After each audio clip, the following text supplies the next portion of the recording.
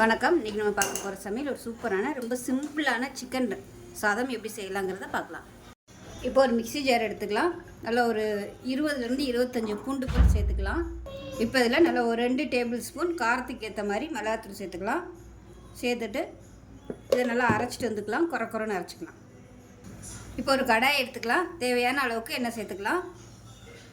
எண்ணெய் நல்லா சூடானதும் மீடியம் சைஸாக ஒரு பெரிய வெங்காயம் நீளமாக நறுக்கினதை சேர்த்துக்கலாம். அது கூடவே கருவேப்பிலையும் சேர்த்துக்கலாம். இப்போ வெங்காயம் வதங்குறதுக்கு உப்பு சேர்த்துக்கலாம். இப்போ பாருங்கள், வெங்காயம் நல்லா ப்ரௌன் கலரில் வதங்கிடுச்சு. இந்த ஸ்டேஜில் நம்ம அரைச்சி வச்சுருக்க பூண்டு மிளகாய் பேஸ்ட்டை சேர்த்துக்கலாம். சேர்த்துட்டு மிக்சியில் கொஞ்சமாக தண்ணி ஊற்றி அலசி வச்சுருக்கேன், அதையும் சேர்த்துக்கலாம். ரொம்ப தண்ணி ஊற்றிட வேணாம். இப்போ நல்லா கலந்து கொதிக்க வச்சுக்கணும்.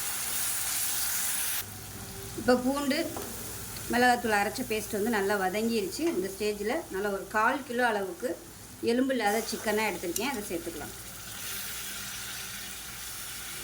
சேர்த்துட்டு நல்லா வதக்கி விட்டுக்கலாம்.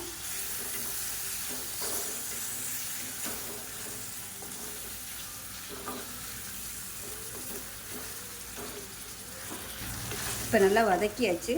இதில் கொஞ்சமாக தண்ணி ஊற்றி சிக்கன் நல்லா வேகட்டும். மூடி வச்சிடலாம். சிக்கன் நல்லா வேகட்டும், மீடியமான ஃப்ளேமில் வேகட்டும். சிக்கன் பார்க்கலாம்.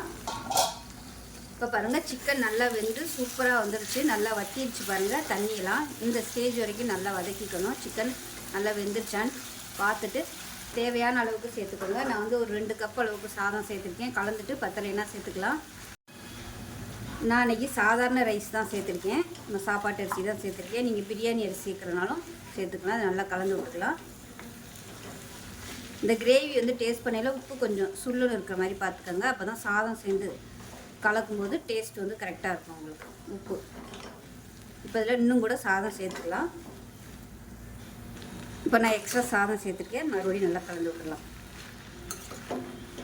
ஸோ ரொம்ப ஈஸியாகவும் இருக்கும், நல்ல ஃப்ளேவராகவும் இருக்கும், நல்லாயிருக்கும், டேஸ்ட்டு சூப்பராக இருக்கும். கண்டிப்பாக இதே மாதிரி செஞ்சு பாருங்கள்.